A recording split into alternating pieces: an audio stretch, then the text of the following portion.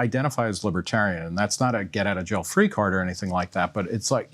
I write what I believe and I try and argue it, forcefully, and I try to live a decent life, and as a result, I've made mistakes and I've been corrected and, and kind of had to acknowledge when I've made mistakes, but I've never been canceled in any real sense of that word. I don't think this is true in all cases, and I think you can attest to this, but I think with a lot of people who walk right into the buzzsaw, it's because there's a perception of inauthenticity, like you say grifting all the time, right? Like when people are able to seize on you doing something for a specific purpose that's not authentic, that makes things much worse. It makes you like much lower hanging fruit. Yeah, also, and I think what you said, when you're much more upfront about who you are and your beliefs, and you're just unapologetic, I find that those people tend to get canceled less, or if at all, because there's no surprises. One of the ways that I think about a lot of cancel culture is that, if you pretend, assume you're a burglar and you're walking down a block and you're going to try every door on the block.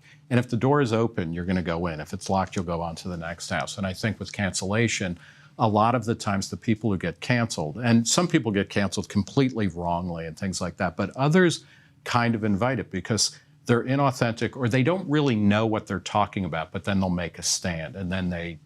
and then they can't defend themselves or they don't know what they're talking about. And so it's that burglar who's going to go on to the next door. And as long as you're, if you're armed with knowledge of what you're talking about, you're arguing in good faith, and you can actually have conversation as opposed to just, yelling at somebody and then having them yell at you,